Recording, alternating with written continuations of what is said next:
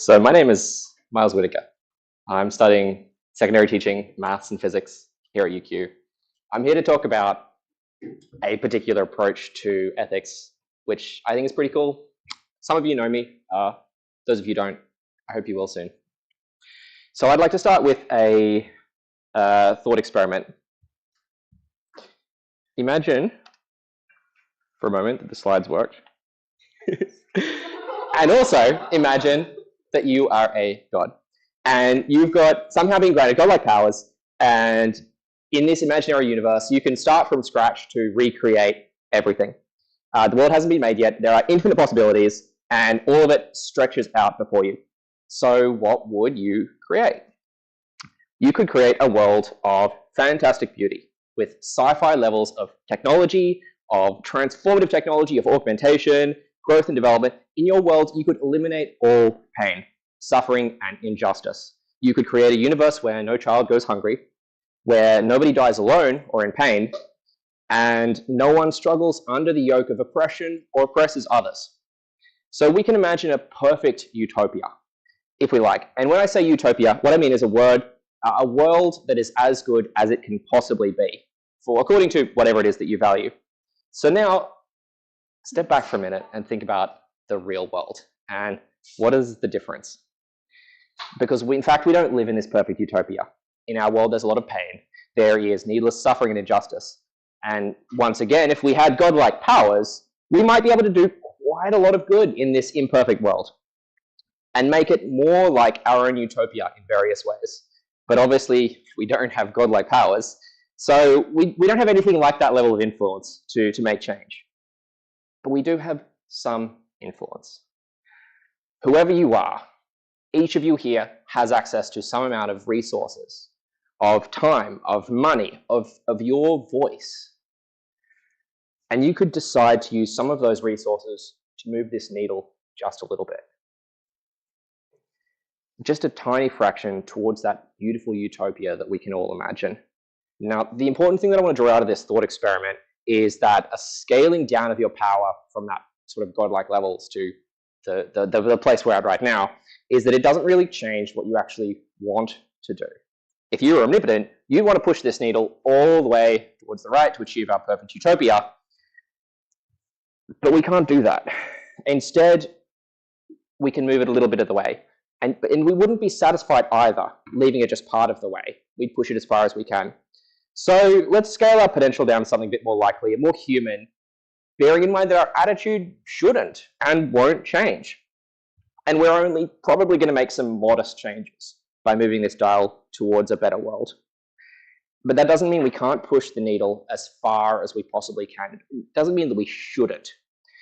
Doing the best we can with our human limited resources is the core goal of a group of people known as effective altruists. We believe that the world has been awful, but it has become better than it has been, and it can be much better than it is. Effective altruism can be summed up as a set of ideas which helps us figure out how to do the most good that we can. It's a growing social intellectual movement which makes some simple claims about the world and then encourages us to take implications of those claims and put them into practice. And I'll talk in a little more detail. But first, it has to be said that effective altruism is no one particular organization or person or idea. It's a set of ideas instead that a community is formed around. And anyone can use those ideas if they want to do good. So as long as you're interested in doing good, then you too can be part of the EA project. And so when I talk about effective altruists, all that I mean is people who think that the ideas of effective altruism are kind of okay and that maybe even important, and then try to apply them in their lives. So I consider myself an effective altruist, not because I'm incredibly effective or amazingly altruistic, but because it's a label that I feel attached to, that I feel part of this community because I want to do good in the world. And I think that the insights that EA can and does bring can help me more authentically do that. So what are the key ideas of effective altruism? Here's what I think the basis is and why I think it's compelling. Firstly, there are problems in the world. When we look at the world, we see a lot of situations of suffering, situations of injustice, but there are a lot of moral wrongs going on in the world around us.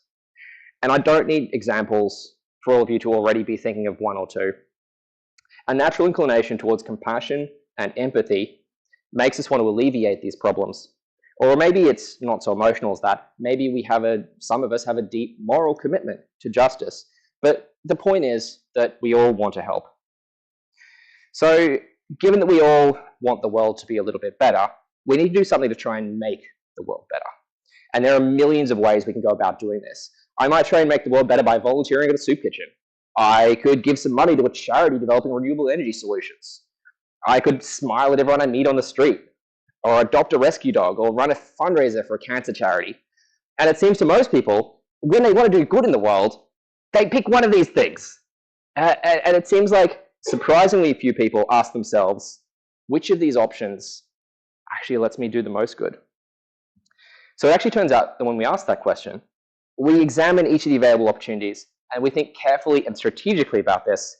Some unusually powerful opportunities to do good actually can be found. And in fact, if you can radically increase your positive impact by choosing carefully how you go about doing good. You can think of it as high impact opportunities to do more altruistic things, or bang for your buck if you like. So I'm not talking about having 10% more impact here, or even 20% or 50%, because it turns out that opportunities exist which do tens or hundreds or even thousands of times as good as the average option in the world. So you might think this is surprising. How could there be so much difference in efforts about trying to do the same thing, to do good in the world? Well, let's take a look at a real world example and to show you what I mean. So I'm going to talk in a moment about how effective altruists often compare opportunities between different areas or causes. But to keep things simple, let's look at an example that focuses on different ways of solving one particular problem, which is HIV/AIDS. So how should we go about helping people who suffer from or at risk of AIDS? Well, here are 5 interventions that experts in global health like to help people in this situation.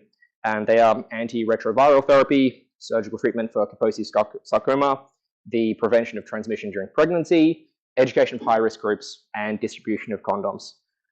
So imagine for a moment that you have a fixed budget and you have to spend it on helping people, and these are your 5 options. So how would you allocate that money? And how would you decide to allocate it? And do you think your decision matters?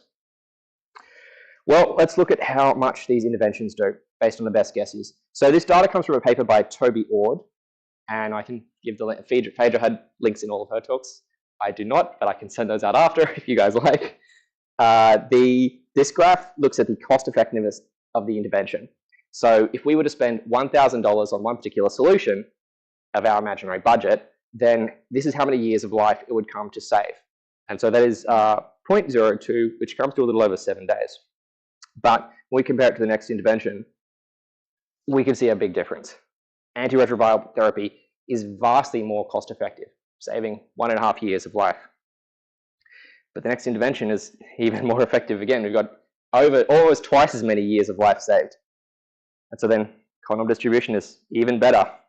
And so if you spend $1,000 on distributing condoms, you can actually save about 12 years worth of life.